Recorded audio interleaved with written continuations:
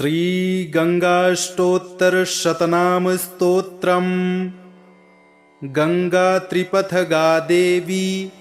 शम्भुमौलिविहारिणी, जाह्नवी पापहन्त्री च महापातकनाशिनी, पतितोद्धारिणी स्रोत स्वती परमवेगिनी, विष्णुपादाब्जसम्भूता विष्णुदेहकृतालया, स्वर्गाब्धिनिलया साध्वी स्वर्णदीसुरनिम्नगा, मन्दाकिनी महावेगा स्वर्णशृङ्गप्रभेदिनी, देवपूज्यतमा दिव्या दिव्यस्थाननिवासिनी,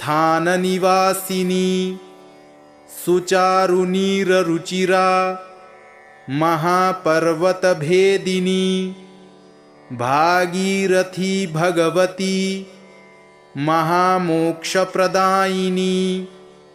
सिन्धुसङ्गगता शुद्धा रसातलनिवासिनी, महाभोगा भोगवती सुभगानन्ददायिनी, महापापहरा पुण्या परमाह्लाददायिनी, पार्वती शिवपत्नी च शिवशीर्षगतालया, शम्भोर्जटा मध्यगता निर्मला निर्मलानना, महाकलुषहन्त्री च जह्नुपुत्री जगत्प्रिया, त्रैलोक्यपावनी पूर्णा पूर्णब्रह्मस्वरूपिणी, जगत्पूज्यतमाचारु रूपिणी जगदम्बिका, लोकानुग्रहकर्त्री च सर्वलोकदयापरा, याम्यभीतिहरा तारा पारा संसारतारिणी, ब्रह्माण्डभेदिनी ब्रह्म कमण्डलुकृतालया, सौभाग्यदायिनी पुंसां निर्वाणपददायिनी, अचिन्त्यचरिताचारु रुचिरातिमनोहरा, मर्त्यस्था मृत्युभयहा स्वर्गमोक्षप्रदायिनी, पापापहारिणी दूर चारिणी वीचिधारिणी, कारुण्यपूर्णा करुणा मयि दुरितनाशिनी, गिरिराजसुता गौरी भगिनी गिरिशप्रिया, मेनका गर्भसम्भूता मैनाकभगिनी प्रिया, आद्या त्रिलोकजननी त्रैलोक्यपरिपालिनी, तीर्थश्रेष्ठतमा श्रेष्ठा सर्वतीर्थमयी शुभा, चतुर्वेदमयी सर्वा पितृसन्तृप्तिदायिनी, शिवदा शिवसायुज्य दायिनी शिववल्लभा, तेजस्विनी त्रिनयना त्रिलोचनमनोरमा, सप्तधारा शतमुखी सगरान्वयतारिणी, मुनिसेव्या मुनिसुता जह्नुजानुप्रभेदिनी, मकरस्था सर्वगता सर्वाशुभनिवारिणी, सुदृश्या चाक्षुषी तृप्ति दायिनी मकरालया, सदानन्दमयी नित्या नन्ददानगपूजिता, सर्वदेवाधिदेवैश्च परिपूज्यपदाम्बुजा, एतानि मुनिशार्दूल नामानि कथितानि ते, शस्तानि जाह्नवी देव्याः सर्वपापहराणि च, य इदं पठते भक्त्या प्रातरुत्थाय नारद गंगायाः परमं पुण्यं नामाष्टशतमेव हि तस्य पापानि नश्यन्ति ब्रह्महत्यादिकान्यपि आरोग्यमतुलं सौख्यं लभते नात्र संशयः यत्र कुत्रापि संस्नायात् पठेत् स्तोत्रमनुत्तमं तत्रैव गंगास्नानस्य फलं प्राप्नोति निश्चितम् प्रत्यहं प्रपठेदेतद् गंगानामशताष्टकम् सोऽन्ते गंगामनुप्राप्य प्रयाति परमं पदम् गंगायां स्नानसमये यः पठेद्भक्तिसंयुतः सोऽश्वमेधसहस्राणां फलमाप्नोति मानवः गवामयुतदानस्य यत्फलं समुदीरितं तत्फलं समवाप्नोति पंचम्यां प्रपठेन्नरः कार्तिक्यां पौर्णमास्यां तु स्नात्वा सागरसंगमे यः पठेत् समहेशत्वं याति सत्यं न संशयः गंगा त्रिपथगा देवी शंभुमौलिविहारिणी जाह्नवी पापहन्त्री च महापातकनाशिनी पतितोद्धारिणी स्रोत स्वती परमवेगिनी विष्णुपादाब्जसम्भूता विष्णुदेहकृतालया स्वर्गाब्धिनिलया साध्वी स्वर्णदीसुरनिम्नगा मन्दाकिनी महावेगा स्वर्णशृङ्गप्रभेदिनी देवपूज्यतमा दिव्या दिव्यस्थाननिवासिनी सुचारुनीररुचिरा महापर्वतभेदिनी भागीरथी भगवती महामोक्षप्रदायिनी सिन्धुसंगगता शुद्धा रसातलनिवासिनी महाभोगा भोगवती सुभगानन्ददायिनी महापापहरा पुण्या परमाह्लाददायिनी पार्वती शिवपत्नी च शिवशीर्षगतालया शम्भोर्जटा मध्यगता निर्मला निर्मलानना महाकलुषहन्त्री च जह्नुपुत्री जगत्प्रिया त्रैलोक्यपावनी पूर्णा पूर्णब्रह्मस्वरूपिणी जगत्पूज्यतमाचारु रूपिणी जगदम्बिका लोकानुग्रहकर्त्री च सर्वलोकदयापरा याम्यभीतिहरा तारा पारा संसारतारिणी ब्रह्माण्डभेदिनी ब्रह्म कमण्डलुकृतालया सौभाग्यदायिनी पुंसां निर्वाणपददायिनी अचिन्त्यचरिताचारु रुचिरातिमनोहरा मर्त्यस्था मृत्युभयहा स्वर्गमोक्षप्रदायिनी पापापहारिणी दूर चारिणी वीचिधारिणी कारुण्यपूर्णा करुणा मयि दुरितनाशिनी गिरिराजसुता गौरी भगिनी गिरिशप्रिया मेनका गर्भसम्भूता मैनाकभगिनी प्रिया आद्या त्रिलोकजननी त्रैलोक्यपरिपालिनी तीर्थश्रेष्ठतमा श्रेष्ठा सर्वतीर्थमयी शुभा चतुर्वेदमयी सर्वा पितृसंतृप्तिदायिनी शिवदा शिवसायुज्य दायिनी शिववल्लभा तेजस्विनी त्रिनयना त्रिलोचनमनोरमा सप्तधारा शतमुखी सगरान्वयतारिणी मुनिसेव्या मुनिसुता जह्नुजानुप्रभेदिनी मकरस्था सर्वगता सर्वाशुभनिवारिणी सुदृश्या चाक्षुषी तृप्ति दायिनी मकरालया सदानन्दमयी नित्या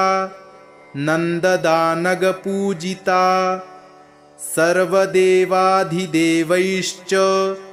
परिपूज्य पदाम्बुजा एतानि मुनिशार्दूल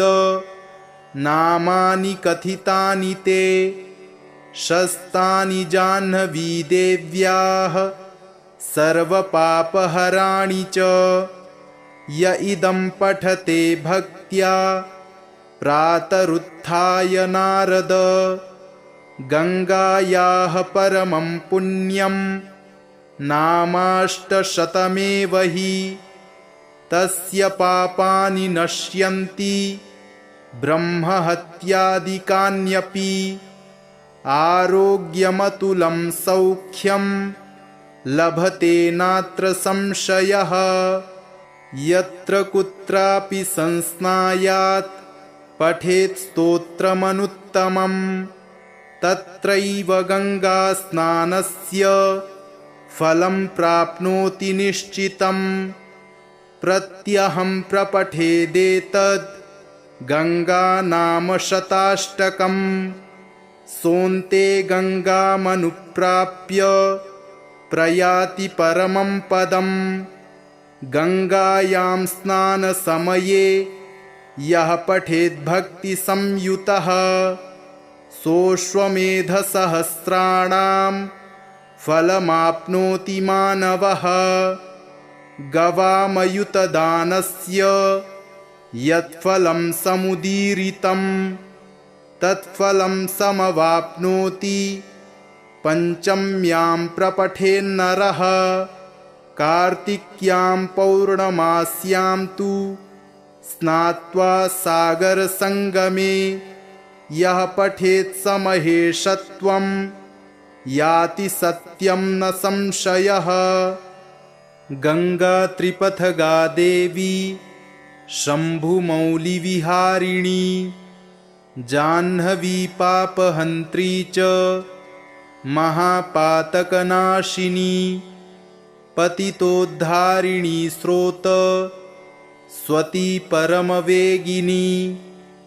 विष्णुपादाब्जसम्भूता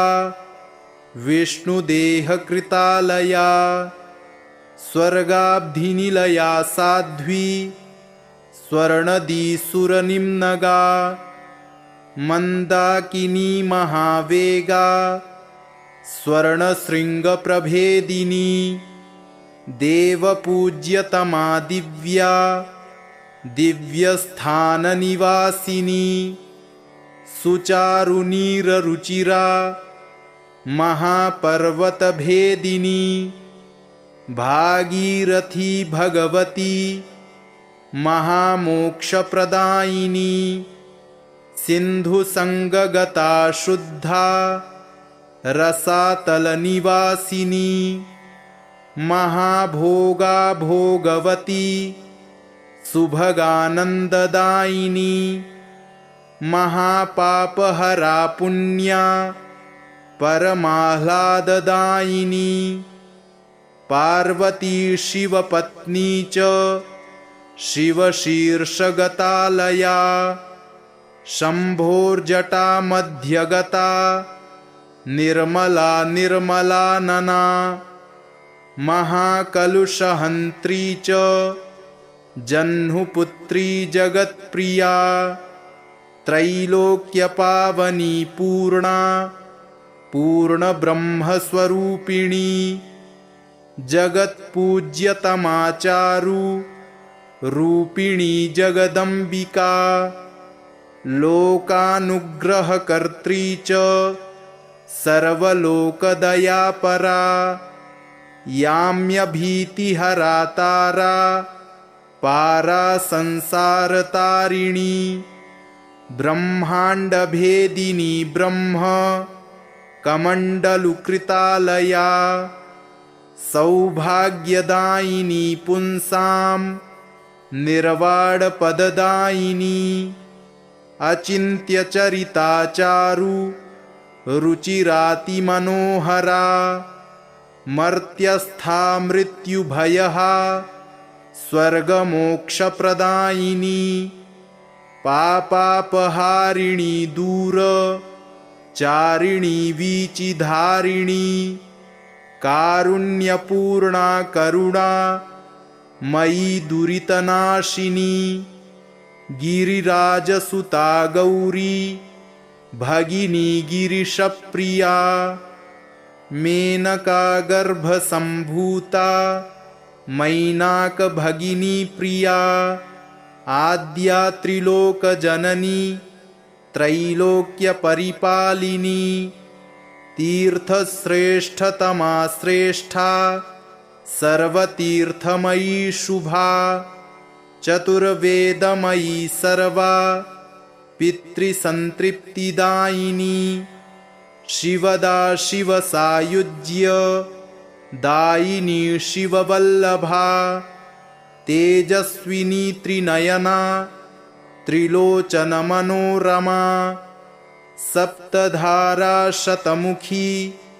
सगरान्वयतारिणी मुनिसेव्या मुनिसुता जह्नुजानुप्रभेदिनी मकरस्था सर्वगता सर्वाशुभनिवारिणी सुदृश्या चाक्षुषी तृप्ति दायिनी मकरालया सदानन्दमयी नित्या नन्ददानगपूजिता सर्वदेवाधिदेवैश्च परिपूज्यपदाम्बुजा एतानि मुनिशार्दूल नामानि कथितानि ते शस्तानि जाह्नवी देव्याः सर्वपापहराणि च य इदं पठते भक्त्या प्रातरुत्थाय नारद गङ्गायाः परमं पुण्यं नामाष्टशतमेव हि तस्य पापानि नश्यन्ति ब्रह्महत्यादिकान्यपि आरोग्यमतुलं सौख्यं लभते नात्र संशयः यत्र कुत्रापि संस्नायात् पठेत् स्तोत्रमनुत्तमं तत्रैव गङ्गास्नानस्य फलं प्राप्नोति निश्चितं प्रत्यहं प्रपठेदेतद्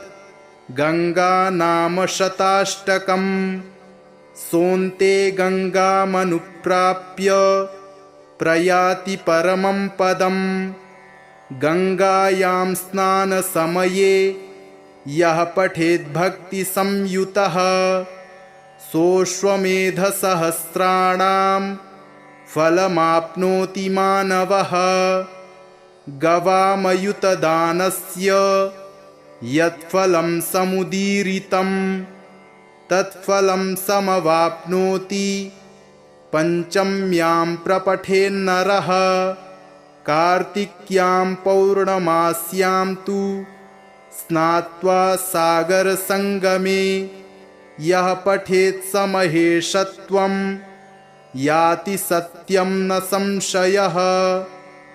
गंगा त्रिपथगा देवी शंभुमौलिविहारिणी जाह्नवी पापहन्त्री च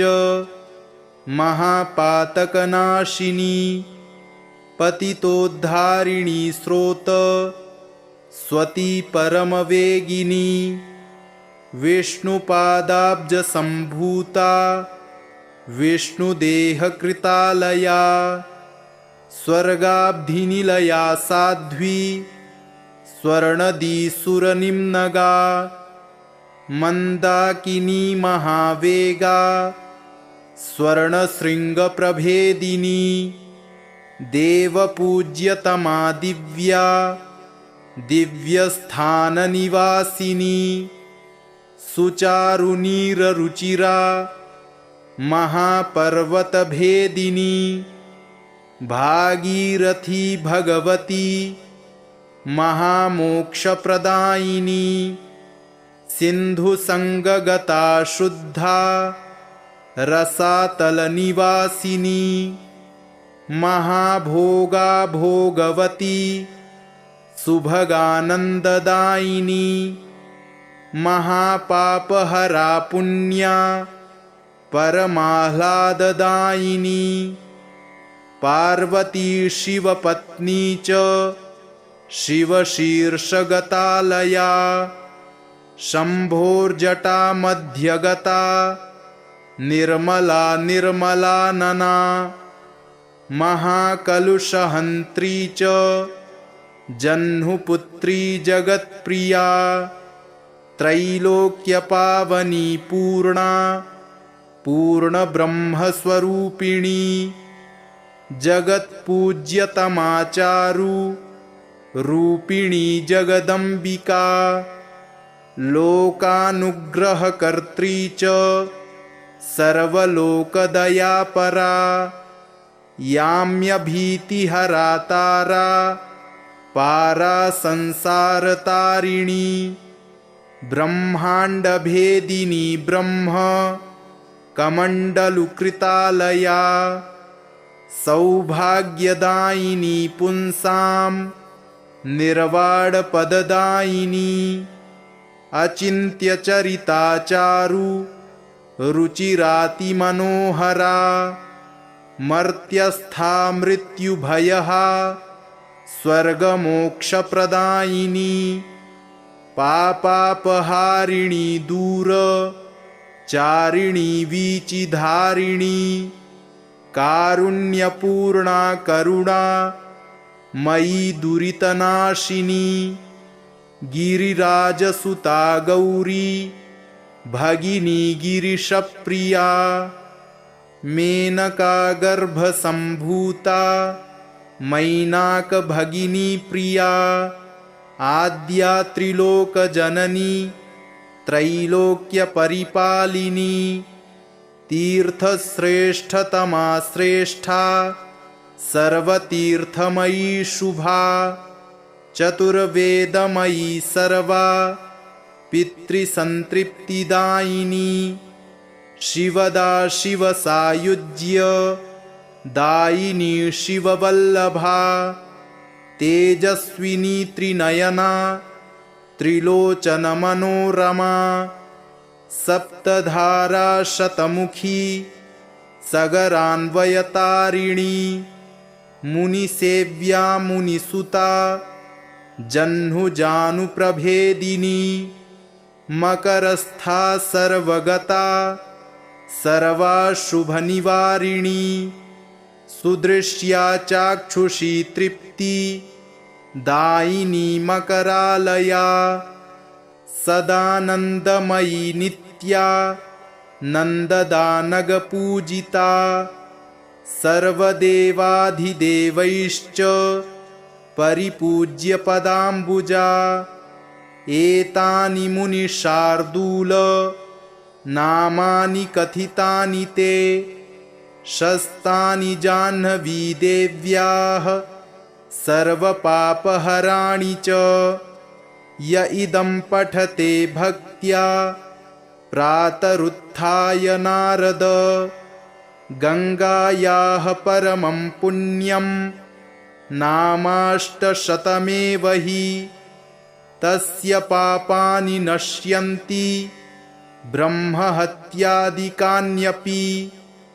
आरोग्यमतुलं सौख्यं लभते नात्र संशयः। यत्र कुत्रापि संस्नायात् पठेत् स्तोत्रमनुत्तमम् तत्रैव गङ्गास्नानस्य फलं प्राप्नोति निश्चितम्। प्रत्यहं प्रपठेदेतद् गङ्गानाम शताष्टकम्। सोऽन्ते गङ्गामनुप्राप्य प्रयाति परमं पदम्। गङ्गायां स्नानसमये यः पठेद्भक्तिसंयुतः सोऽश्वमेधसहस्राणां फलमाप्नोति मानवः। गवामयुतदानस्य यत्फलं समुदीरितं तत्फलं समवाप्नोति पञ्चम्यां प्रपठेन्नरः। कार्तिक्यां पौर्णमास्यां तु स्नात्वा सागरसङ्गमे यः पठेत् समहेशत्वं याति सत्यं न संशयः। गंगा त्रिपथगा देवी शम्भुमौलिविहारिणी जाह्नवी पापहन्त्री च महापातकनाशिनी पतितोद्धारिणी स्रोत स्वती परमवेगिनी विष्णुपादाब्जसम्भूता विष्णुदेहकृतालया स्वर्गाब्धिनिलया साध्वी स्वर्णदीसुरनिम्नगा मन्दाकिनी महावेगा स्वर्णशृङ्गप्रभेदिनी देवपूज्यतमा दिव्या दिव्यस्थाननिवासिनी सुचारुनीररुचिरा महापर्वतभेदिनी भागीरथी भगवती महामोक्षप्रदायिनी सिन्धुसङ्गगता शुद्धा रसातलनिवासिनी महाभोगा भोगवती सुभगानन्ददायिनी महापापहरा पुण्या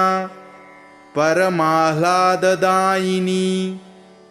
पार्वती शिवपत्नी च शिवशीर्षगतालया शम्भोर्जटा मध्यगता निर्मला निर्मलानना महाकलुषहन्त्री च जह्नुपुत्री जगत्प्रिया त्रैलोक्यपावनी पूर्णा पूर्णब्रह्मस्वरूपिणी जगत्पूज्यतमाचारु रूपिणी जगदम्बिका लोकानुग्रहकर्त्री च सर्वलोकदयापरा याम्यभीतिहरा तारा पारा संसारतारिणी ब्रह्माण्डभेदिनी ब्रह्म कमण्डलुकृतालया सौभाग्यदायिनी पुंसां निर्वाणपददायिनी अचिन्त्यचरिताचारु रुचिरातिमनोहरा मर्त्यस्था मृत्युभयहा स्वर्गमोक्षप्रदायिनी पापापहारिणी दूर चारिणी वीचिधारिणी कारुण्यपूर्णा करुणा मयि दुरितनाशिनी गिरिराजसुता गौरी भगिनी गिरिशप्रिया मेनका गर्भसम्भूता मैनाकभगिनी प्रिया आद्या त्रिलोकजननी त्रैलोक्यपरिपालिनी तीर्थश्रेष्ठतमा श्रेष्ठा सर्वतीर्थमयी शुभा चतुर्वेदमयी सर्वा पितृसंतृप्तिदायिनी शिवदा शिवसायुज्य दायिनी शिववल्लभा तेजस्विनी त्रिनयना त्रिलोचनमनोरमा सप्तधारा शतमुखी सगरान्वयतारिणी मुनिसेव्या मुनिसुता जह्नुजानुप्रभेदिनी मकरस्था सर्वगता सर्वाशुभनिवारिणी सुदृश्या चाक्षुषी तृप्ति दायिनी मकरालया सदानन्दमयी नित्या नन्ददानगपूजिता सर्वदेवाधिदेवैश्च परिपूज्य पदाम्बुजा एतानि मुनिशार्दूल नामानि कथितानि ते शस्तानि जाह्नवी देव्याः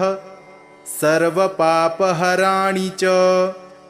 य इदं पठते भक्त्या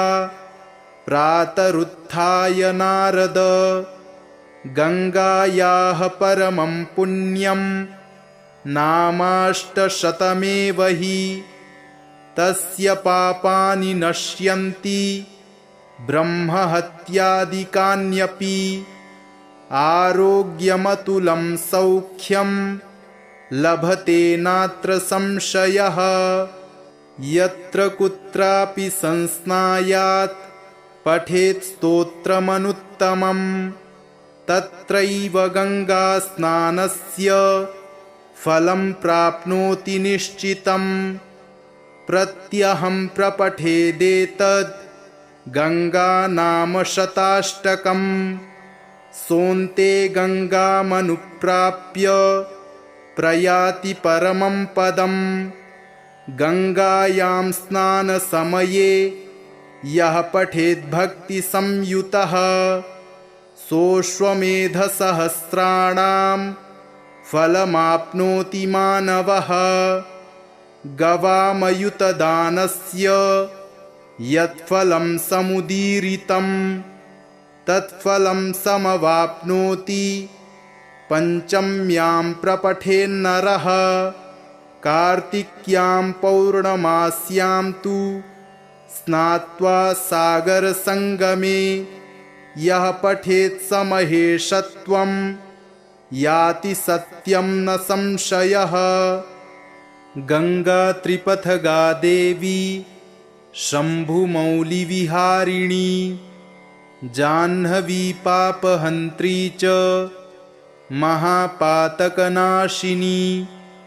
पतितोद्धारिणी स्रोत स्वती परमवेगिनी विष्णुपादाब्जसम्भूता विष्णुदेहकृतालया स्वर्गाब्धिनिलया साध्वी स्वर्णदीसुरनिम्नगा मन्दाकिनी महावेगा स्वर्णशृङ्गप्रभेदिनी देवपूज्यतमा दिव्या दिव्यस्थाननिवासिनी सुचारुनीररुचिरा महापर्वतभेदिनी भागीरथी भगवती महामोक्षप्रदायिनी सिन्धुसङ्गगता शुद्धा रसातलनिवासिनी महाभोगा भोगवती सुभगानन्ददायिनी महापापहरा पुण्या परमाह्लाददायिनी पार्वती शिवपत्नी च शिवशीर्षगतालया शम्भोर्जटा मध्यगता निर्मला निर्मलानना महाकलुषहन्त्री च जह्नुपुत्री जगत्प्रिया त्रैलोक्यपावनी पूर्णा पूर्णब्रह्मस्वरूपिणी जगत्पूज्यतमाचारु रूपिणी जगदम्बिका लोकानुग्रहकर्त्री च सर्वलोकदयापरा याम्यभीतिहरा तारा पारा संसारतारिणी ब्रह्माण्डभेदिनी ब्रह्म कमण्डलुकृतालया सौभाग्यदायिनी पुंसां निर्वाणपददायिनी अचिन्त्यचरिता चारु रुचिरातिमनोहरा मर्त्यस्था मृत्युभयहा स्वर्गमोक्षप्रदायिनी पापापहारिणी दूर चारिणी वीचिधारिणी कारुण्यपूर्णा करुणा मयि दुरितनाशिनी गिरिराजसुता गौरी भगिनी गिरिशप्रिया मेनका गर्भसम्भूता मैनाकभगिनी प्रिया आद्या त्रिलोकजननी त्रैलोक्यपरिपालिनी तीर्थश्रेष्ठतमा श्रेष्ठा सर्वतीर्थमयी शुभा चतुर्वेदमयी सर्वा पितृसंतृप्तिदायिनी शिवदा शिवसायुज्य दायिनी शिववल्लभा तेजस्विनी त्रिनयना त्रिलोचनमनोरमा सप्तधारा शतमुखी सगरान्वयतारिणी मुनिसेव्या मुनिसुता जह्नुजानुप्रभेदिनी मकरस्था सर्वगता सर्वाशुभनिवारिणी सुदृश्या चाक्षुषी तृप्ति दायिनी मकरालया सदानन्दमयी नित्या नन्ददानगपूजिता सर्वदेवाधिदेवैश्च परिपूज्यपदाम्बुजा एतानि मुनिशार्दूल नामानि कथितानि ते शस्तानि जाह्नवी देव्याः सर्वपापहराणि च य इदं पठते भक्त्या प्रातरुत्थाय नारद गंगायाः परमं पुण्यं नामाष्टशतमेव हि तस्य पापानि नश्यन्ति ब्रह्महत्यादिकान्यपि आरोग्यमतुलं सौख्यं लभते नात्र संशयः यत्र कुत्रापि संस्नायात् पठेत् स्तोत्रमनुत्तमं तत्रैव गंगास्नानस्य फलं प्राप्नोति निश्चितम् प्रत्यहं प्रपठेदेतद् गंगानामशताष्टकम् सोऽन्ते गंगामनुप्राप्य प्रयाति परमं पदम् गंगायां स्नानसमये यः पठेद्भक्तिसंयुतः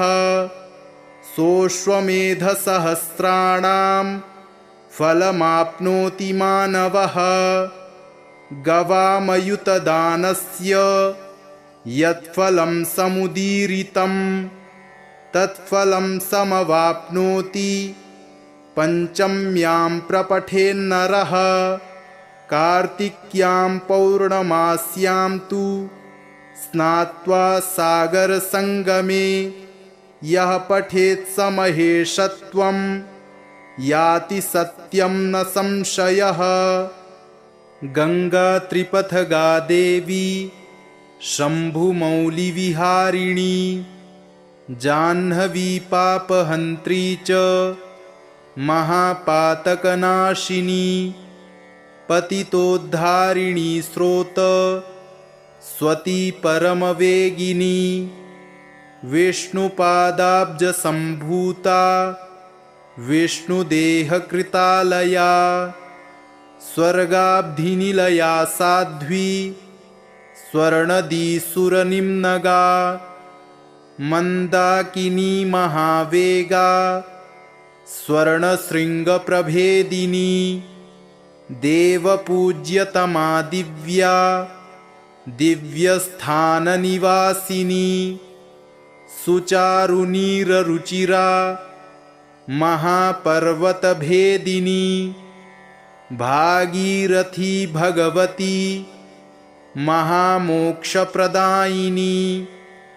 सिन्धुसङ्गगता शुद्धा रसातलनिवासिनी महाभोगा भोगवती सुभगानन्ददायिनी महापापहरा पुण्या परमाह्लाददायिनी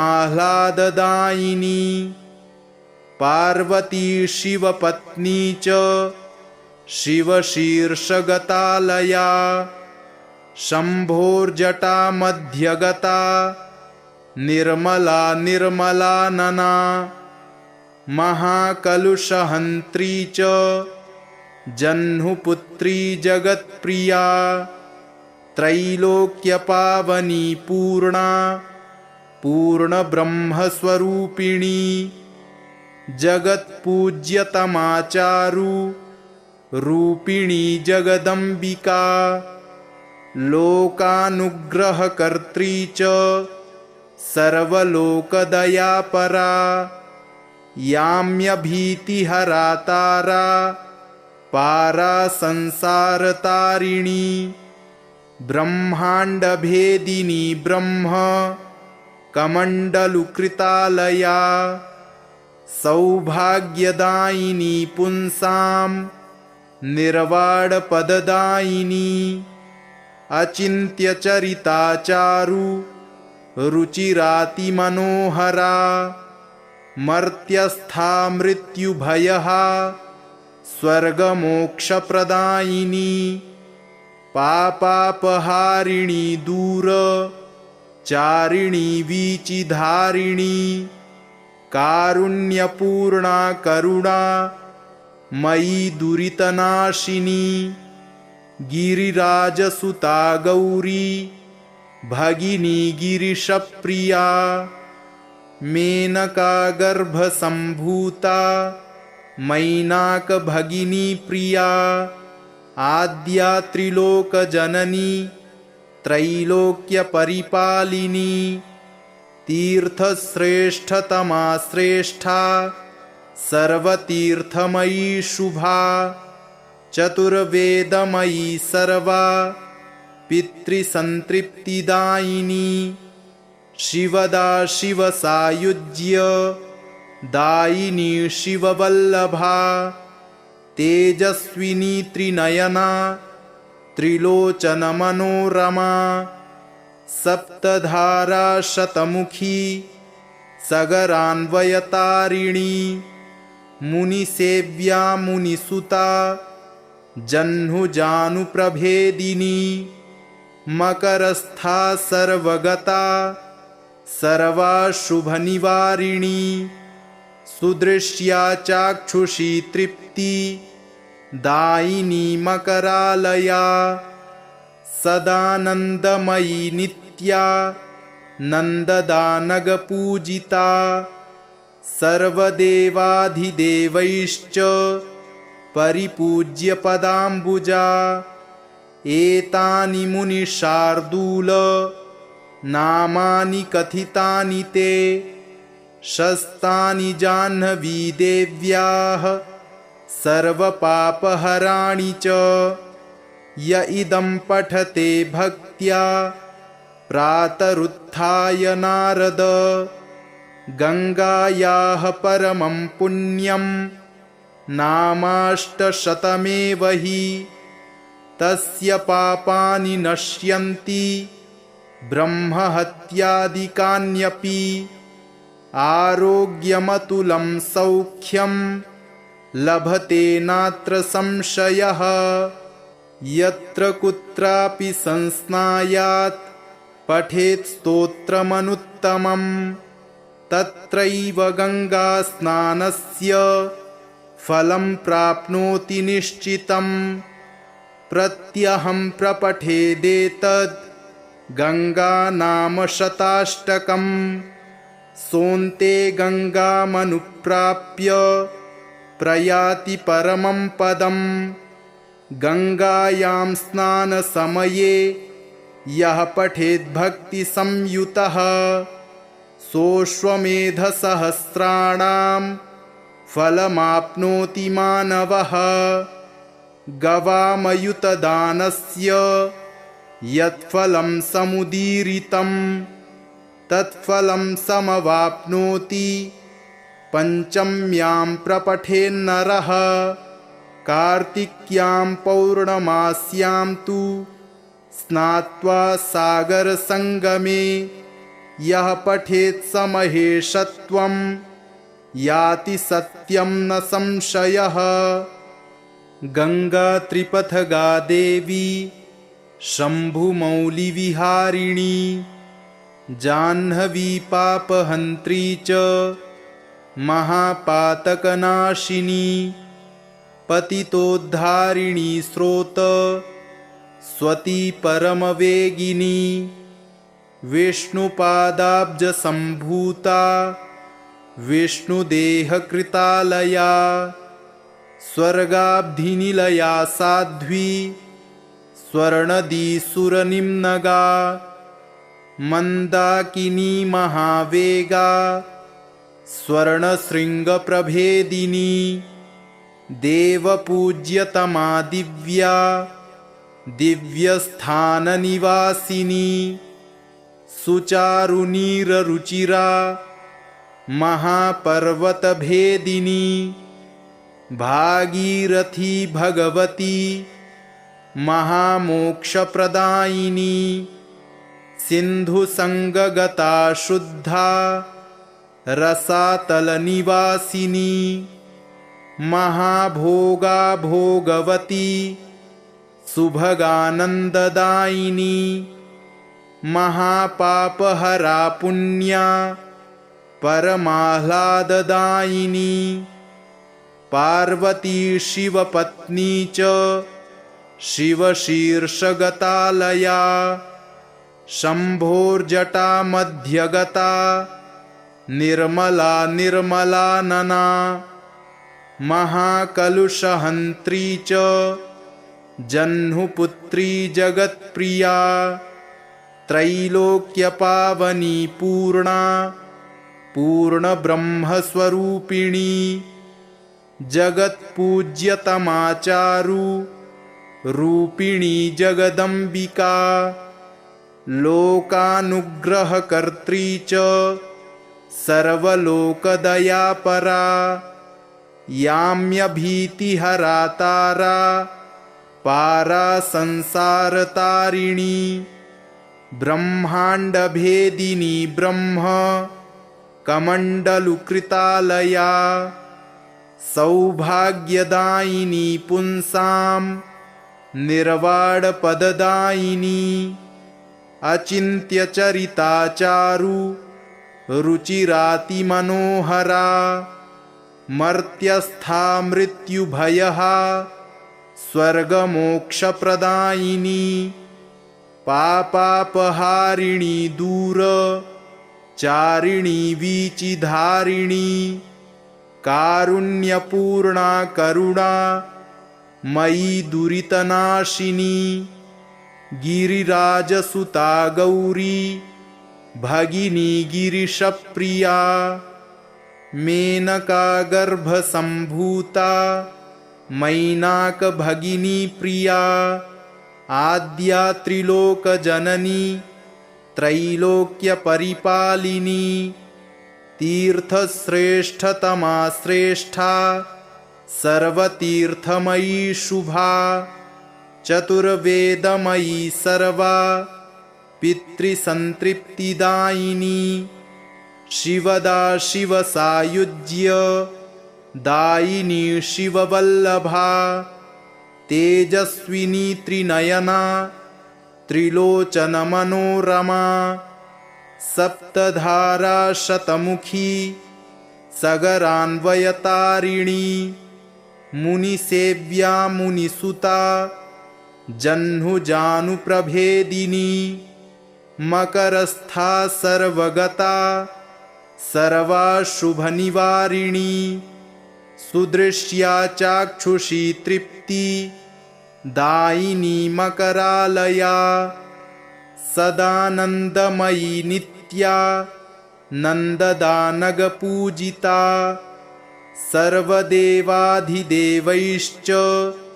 परिपूज्य पदाम्बुजा एतानि मुनिशार्दूल नामानि कथितानि ते शस्तानि जाह्नवी देव्याः सर्वपापहराणि च य इदं पठते भक्त्या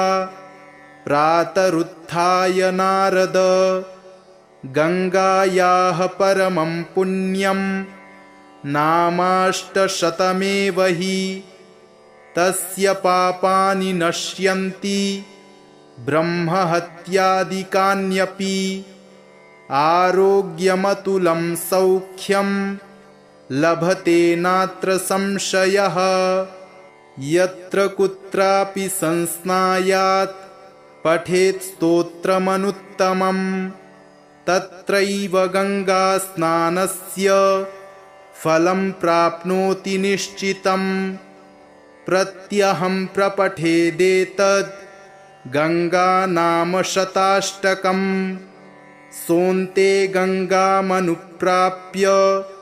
प्रयाति परमं पदम् गंगायां स्नानसमये यः पठेद्भक्तिसंयुतः सोऽश्वमेधसहस्राणां फलमाप्नोति मानवः गवामयुतदानस्य यत्फलं समुदीरितं तत्फलं समवाप्नोति पंचम्यां प्रपठेन्नरः कार्तिक्यां पौर्णमास्यां तु स्नात्वा सागरसंगमे यः पठेत् समहेशत्वं याति सत्यं न संशयः।